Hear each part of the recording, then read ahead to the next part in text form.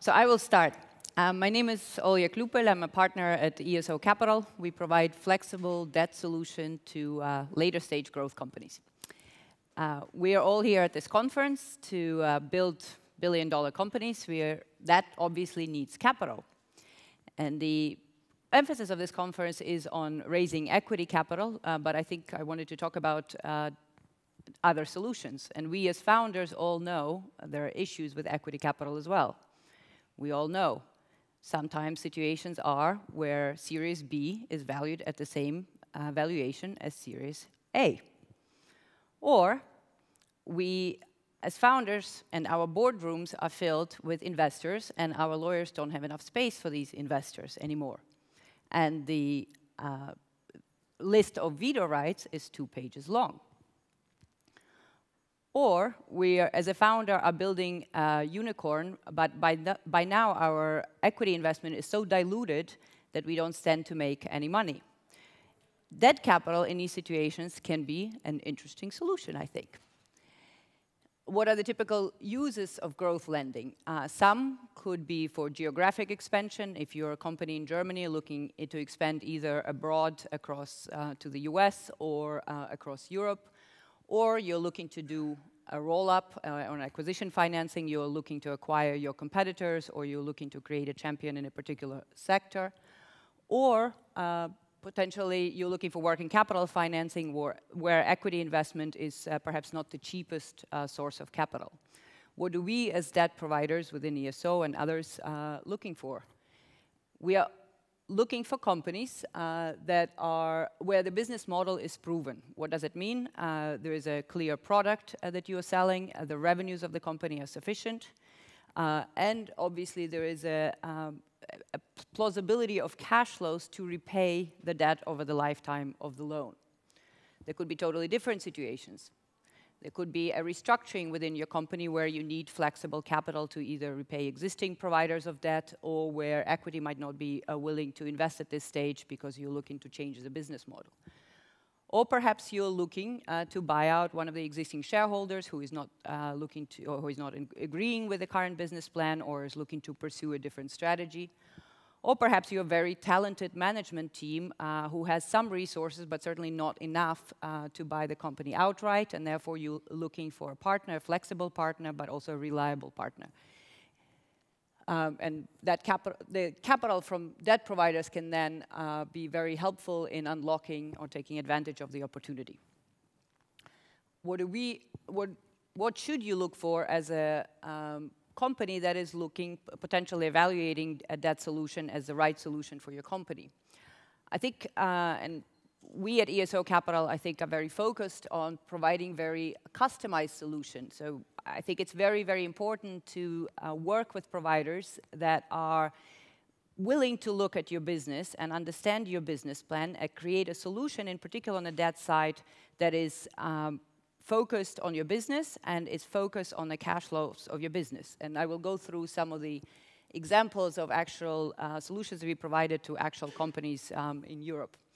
I think it's very important that you're not provided with a very standardized term sheet that sort of a one-size-fits-all, but actually looks at what are the needs, what are you looking to invest in, how realistic is your business plan, and whether you stand to actually, and whether you as an entrepreneur have some flexibility within that business plan to turn left or right, because we all know nothing goes according to business plan. I think it's also very important that you have the ability to refinance, that you're not locked in this debt financing for a very strict period of time, but you actually, if there are other alternative sources, whether it's bank financing or whatever else, you are able to take advantage of them and therefore repay the provider.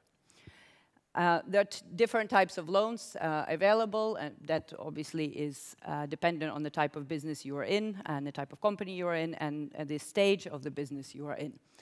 We at ESO Capital tend to divide the world into, I guess, asset-backed and cash flow-backed loans. So cash flows is perhaps easy. It's usually an asset-light company, so the company that does not have significant assets, but has steady cash flows or relatively steady cash flows that is capable to repaying the loans.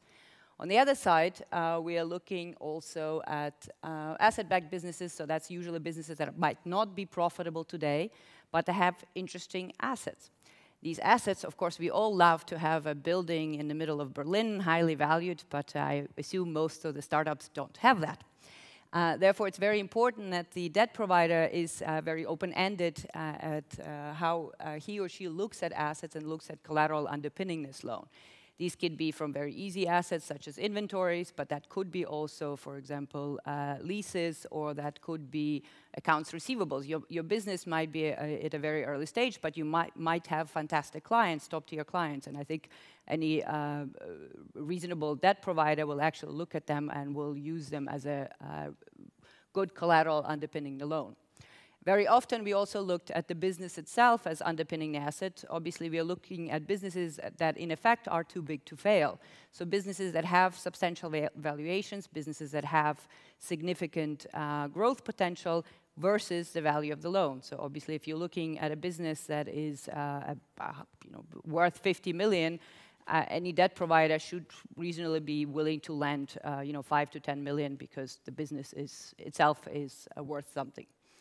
I think it's also very important, and we at ESO Capital look very much so not at the past, because I think the past is while reflective, but it doesn't really predict what the cash flows are in the future, but at predictability of cash flows in the future. So how is your business expected to develop? There are different cycles. Sometimes we look at companies that have good cash flows today, but are looking to invest in a particular product, and therefore the company's cash flow is negative. Or on the other side, maybe the company has very good assets, is cash flow negative today. So I think it's really understanding the future of the business and ability of the business to repay the loans in the future. Obviously, debt is not necessarily cheap, or debt from providers is not necessarily cheap, but it's certainly what is important is flexibility. And I think it would be very helpful perhaps to go through actual transactions that we have done or are looking at to give you a little bit more of a perspective. And I would very greatly appreciate if you have questions. It's supposed to be not a monologue, but a workshop. So if you have any questions about particular situations, please ask. So this is a acquisition financing of a company in a particular sector who is looking to buy two of its competitors. One of the competitors is doing actually fairly well, but it's smaller. The other competitor is not doing well, but it's very amenable to an acquisition because I think the company A in this particular example is very focused on optimizing or has a very clear plan for optimizing second company's business plan on the cost side, but also on the revenue side. They're potentially also looking to consolidate the sector further, and therefore to have identified, but are not in a discussion to acquire additional companies. They're looking for 15 million. What normally happens? They go to the bank. The bank normally says, no, we will provide you capital, but we can only provide you with 3 million, which is not obviously a way to proceed in this case. Why? The bank usually says, well, you have a very short history of stable cash flows in the past. And by the way, that second company that you're looking to buy is subject to restructuring. We are not sure about this business. Come talk to us in 2 years' time when the business is steady. And by the way, it's also very difficult to evaluate these assets. Maybe there's some inventory, or maybe, yes, you have good clients, but accounts receivables, we would rather have a sort of a hard asset to evaluate. Equity at this stage is also an alternative, and it's a viable alternative. But of course, valuation is always a question. If the company A is successful in acquiring two companies, they might have significant uplift in valuations, but the equity would be coming before that. There's also concerns for the founder in this case, where he's not looking to dilute himself below 51%. He would like to maintain control of the whole construct. And obviously, part of the money of this 15 million is going not just for acquisitions, but also for working capital. And it does not seem reasonable to finance working capital with an equity investment. In this particular case, we have come up with a 15 million solution with a 4-year bullet. What does bullet mean? Bullet means that there are no amortizations during the life of the loan, but actually the whole loan is due in the past. And we've provided for a fairly flexible structure in that we've looked at the cash flows of the company. We understood that the company is looking to invest heavily in the first 2 years. Therefore, we, again, provided them non-amortizing structure, and we've structured the interest payments in such a way that they're backloaded, so that the company, rather than to pay us immediately as a debt provider and use precious capital today, to do so is able to reinvest the cash flows into the business and then is at a more stable footing to repay the debt provider. The debt is always secured by assets of the company. In this particular case, inventories was a significant component. And we have looked for an equity upside in the business, which is in the case of warrants, or it could be in the case of exit fees. These warrants obviously make the capital for us attractive as a debt provider, but for the company they're also attractive because they're not as dilutive, obviously, as pure equity, because this is usually for just a few percentage points of the total company's valuation. It's also very important that the covenants are tied to the downside business plan. Obviously, every business has milestones that they plan to achieve. We all know that it's very difficult to go exactly, sometimes the business plan is significantly outperformed, which leads to the need for capital, or sometimes maybe there are bumps along the road, and therefore the business plan is not as planned. And I think it's very important that your debt provider understands that and is lending on the business plan, which is easily achievable for the company, but might not be the same as the equity plan that they're planning. I've already talked about the benefits, so limited dilution. There's obviously enough capital to execute strategy, both to acquire the companies, but also to provide working capital. There are also additional funds in this case for further roll-up, so we've agreed with the company that we provide 15 million, and if... Yes? I have a question on warrants. Mm-hmm.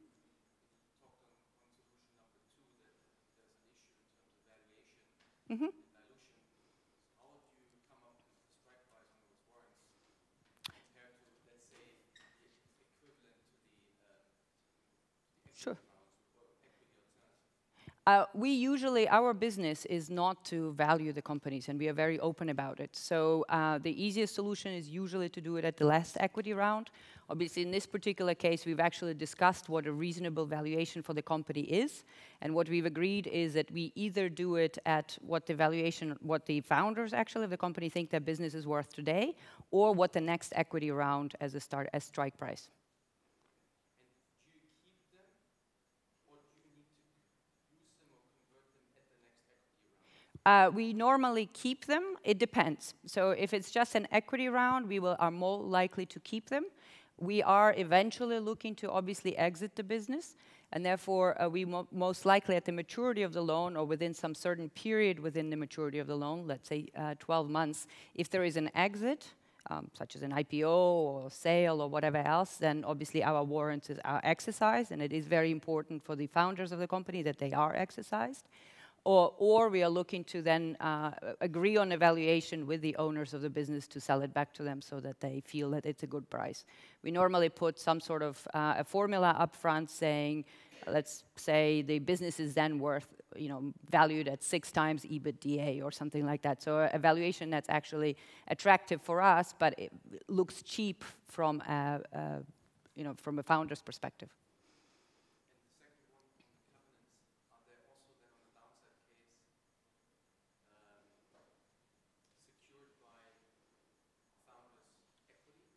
It depends on the business.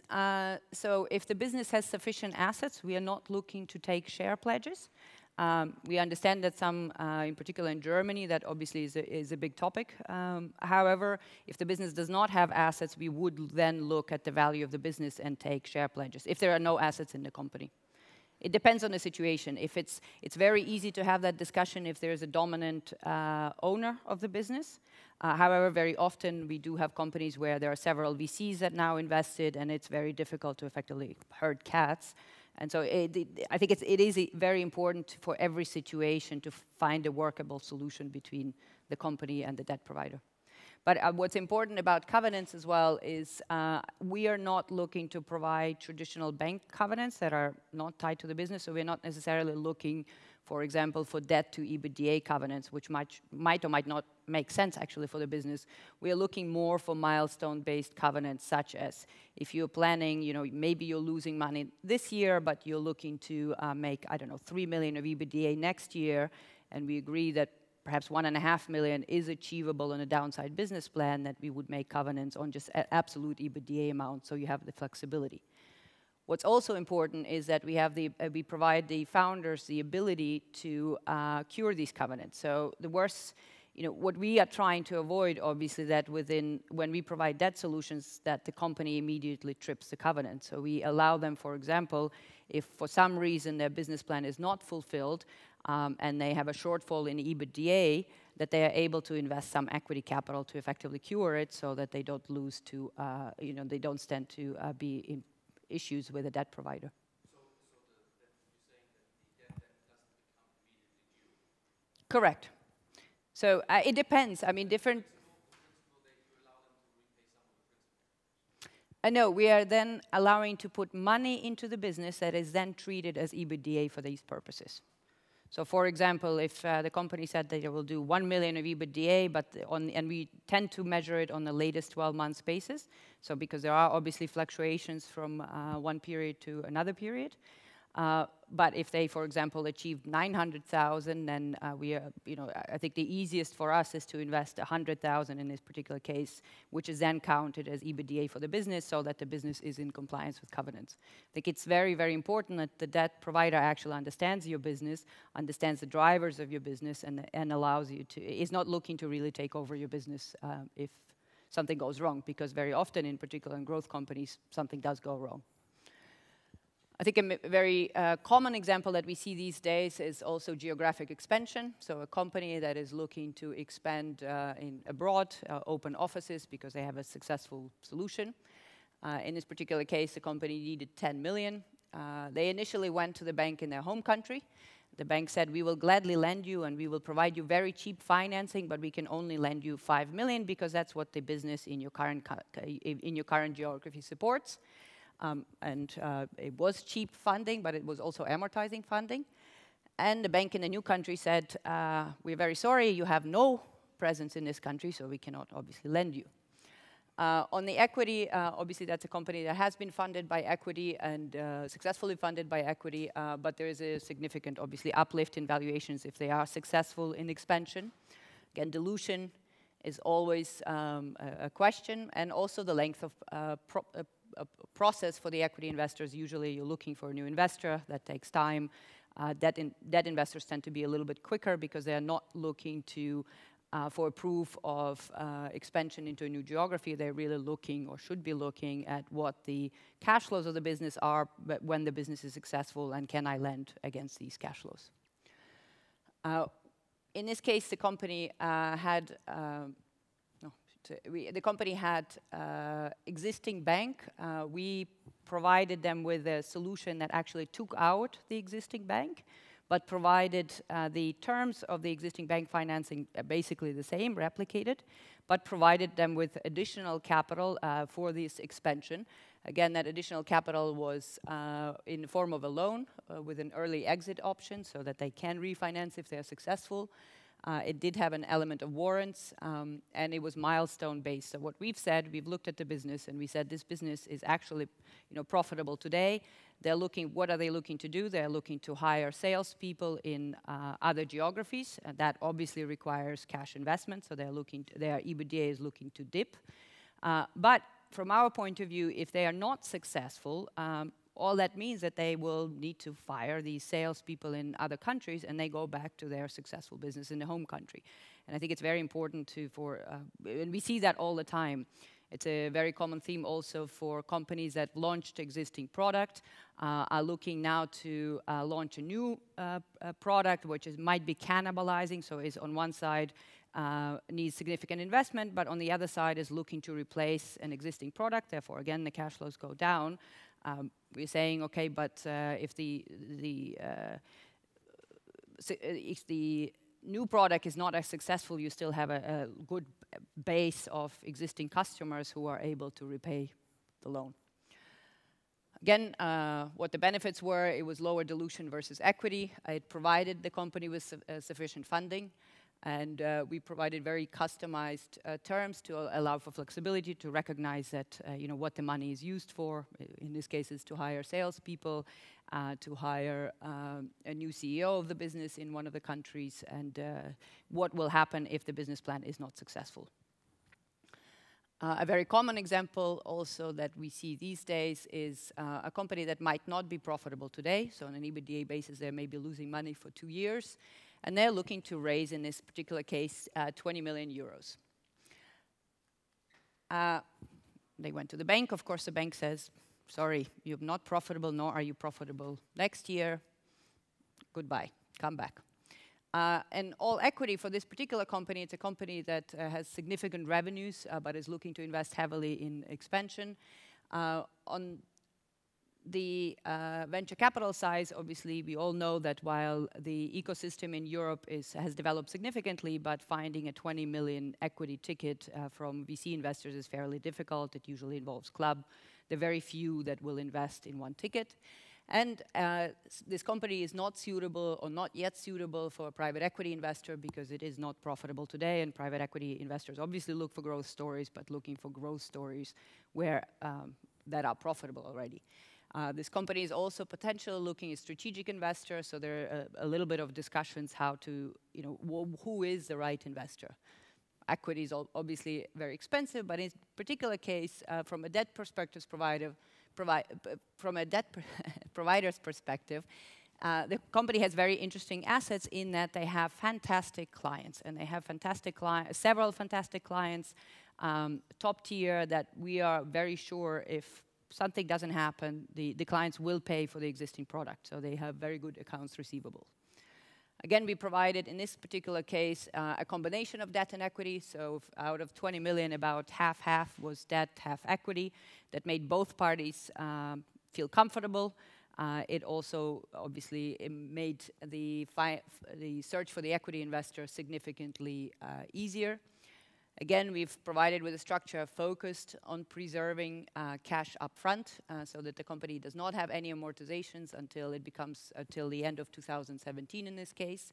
They also have the ability in the first 2 years to not pay cash interest, so we provided for a PIK component so that the interest accrues to the principal of the loan, and once they are profitable, then they start paying cash interest in actual cash. It is, as I mentioned, secured by very specific assets. These assets in this case are accounts receivables. We feel that it was a very capital efficient solution for this particular phase in the company's life. Obviously, if the company is anywhere near its plan in terms of profitability in 2018, they very easily go to a bank and get very cheap financing. And we've also provided for additional capital if their growth is successful. They're looking to expand globally and therefore would need potentially new capital in the future. So to summarize, and I don't know if you have any questions about the examples or none. Yes. No, our funds are provided by institutional investors.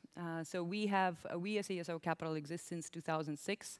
We have always focused only at funding European SMEs in all stages of their life.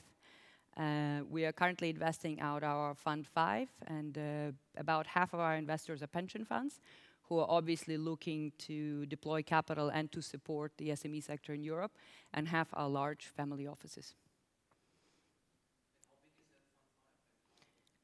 We are currently at the end of investing Fund 5. It's 250 million. We are currently in the process, or we are about to close Fund 6, or to do a first close of Fund 6 at 350 million. What are the returns? We are looking for mid-teen returns.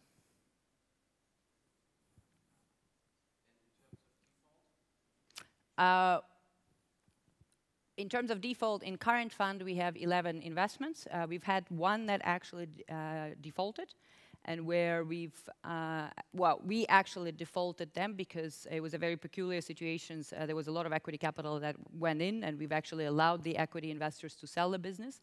They were unsuccessful in doing so, so then we took over a process and actually sold the company to actual competitors, effectively, whom we identified up front. So we've actually recovered all of our money in that particular case. But defaults are a very important component to us, and that's what I've discussed on one side with regard to covenants, because it's very important to work with a company, and I think the best solution is actually to work with the borrower to find a solution. But at some point, when you don't see the solution, it's very important, obviously, from a debt perspective, providers to take control of the situation and implement a situation where, actually, in this case, for the employers of the company, it was, and for the management of a company, it was a good solution because they were then sold to a competitor and are still focused on the same business. It was not the best solution, obviously, for equity providers, but I think they very clearly understood that then also not the right backers for this business. It needed to be more of a strategic investor who had the big balance sheet. Yes? We focus only on Europe, and in particular, we focused only on Northern Europe, or rather Europe north of the Alps. That's mainly because, on one side, that's where, in our opinion, the bankruptcy codes work. So for a debt provider, again, the enforcement in the worst case scenario is very important. And therefore, we don't really work with in Spain or in Italy, where that process is very unpredictable. We do look, and we own businesses in Poland. We would look at, and own a business in Slovakia as well. So we would look at these geographies. We would not probably look at more southern, Central and Eastern Europe, such as Romania and Bulgaria, for the same reasons that we would not look at Southern and Eastern Europe. Oh, Southern Europe, sorry.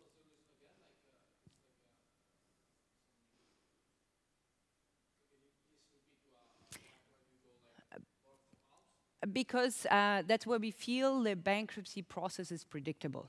So if you go to a German court and the company in fact defaulted, we know how the process works, and that process works. I'm sorry? It's a legal environment, correct. Correct. We've previously worked in Italy. We have a case where it took us 10 years to go through the process. We don't want to do that again.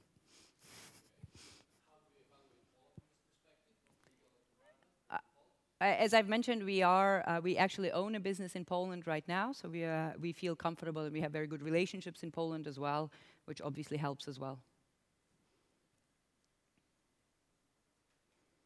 What we often see companies that are, apropos geographies, that actually are looking to expand abroad. So we are very happy, for example, we're looking at a case now where it's an Austrian company looking to expand in the US, and obviously most of the returns for the company, or most of the cash flows for the company, will come from the US. We are comfortable to look at that business. In this particular case, the assets are actually at the Austrian business as well. What we will not do if it's an American company looking to buy, I don't know, a German business, and we would lend to the German business, but we would not lend to an American entity. More questions?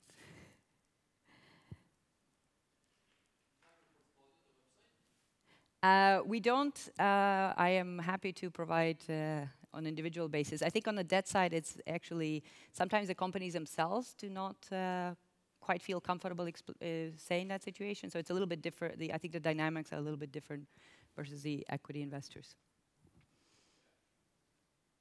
But we are very happy to provide that. So again, as a summary, perhaps.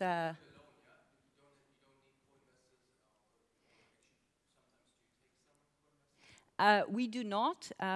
We tend not to because we feel that we would like to manage our process. We do take some of our investors, in particular family offices, like to co-invest with us, and they have done so. But we do not take on our terms, effectively. And we have a very, very good relationship with our investors, and that makes it obviously easy. But I think one of our learnings from the financial crisis, and we have lived through the financial crisis, is that in particular when teaming up with other sources of capital, the agendas, if something goes wrong, it's very different.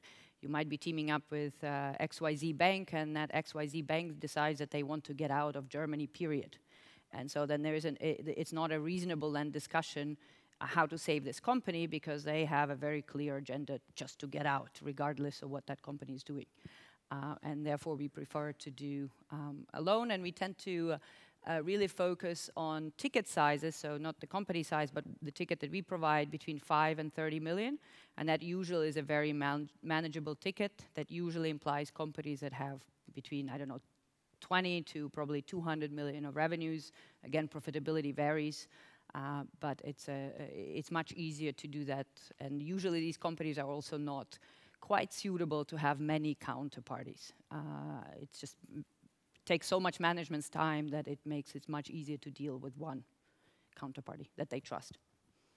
Yes? I would like to ask, how much control do you take? I mean, in the decision-making of the company, how much control do you want to take? So we invest in management teams that we trust, so we never look to make any changes on the management side.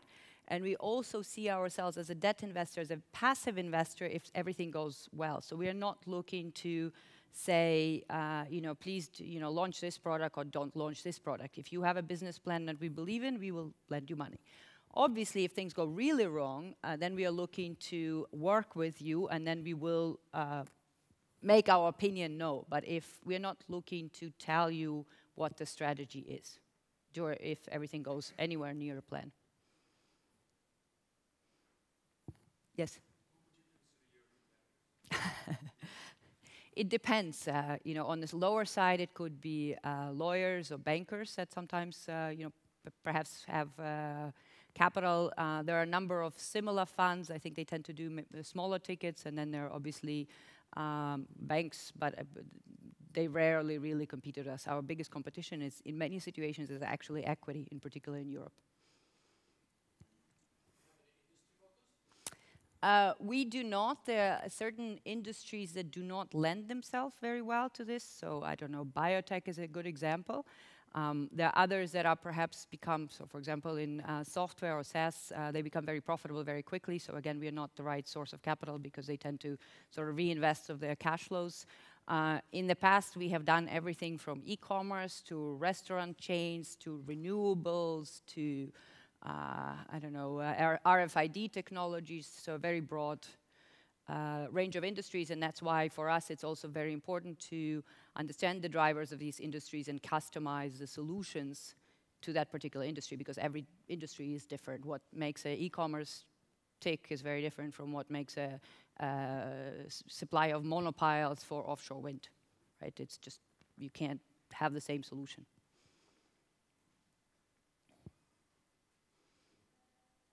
Anything else?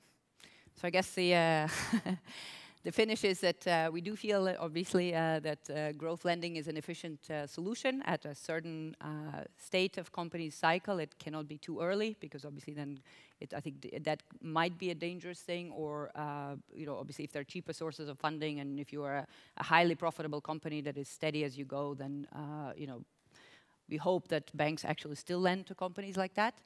I think what differentiates us against debt is we obviously provide more. Usually we look at the businesses more creatively, we look at the assets of the businesses more creatively, and we do look forward at the business rather than backwards at the business history.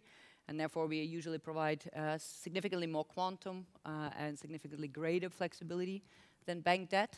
I think that in particular situations could be a very good source of turbocharging your company's growth. So if you're looking to take the next step, such as acquisitions or roll-ups, and where equity might be, you might have been funded successful until equity now, but perhaps at this particular stage, equity is simply too expensive versus the plans. And it's ideal for businesses that have proven business models, have reliable cash flow generating ability, so not necessarily that they're profitable today, they might be completely unprofitable today, but where obviously there's a clear path to profitability within the life of the loan. That could be 3 to 4 years or 5 years in certain states. And of course, we love great assets, but we do recognize that we need to look creatively at that asset, and not every business in Berlin has their own townhouse.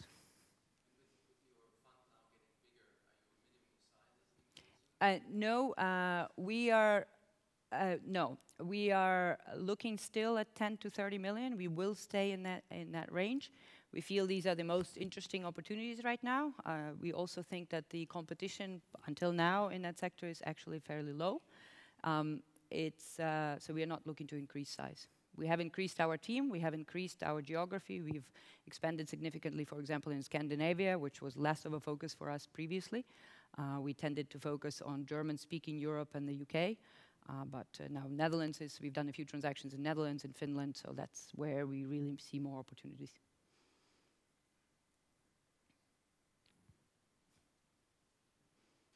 Okay. Well, thank you very much. Hopefully it was informative. And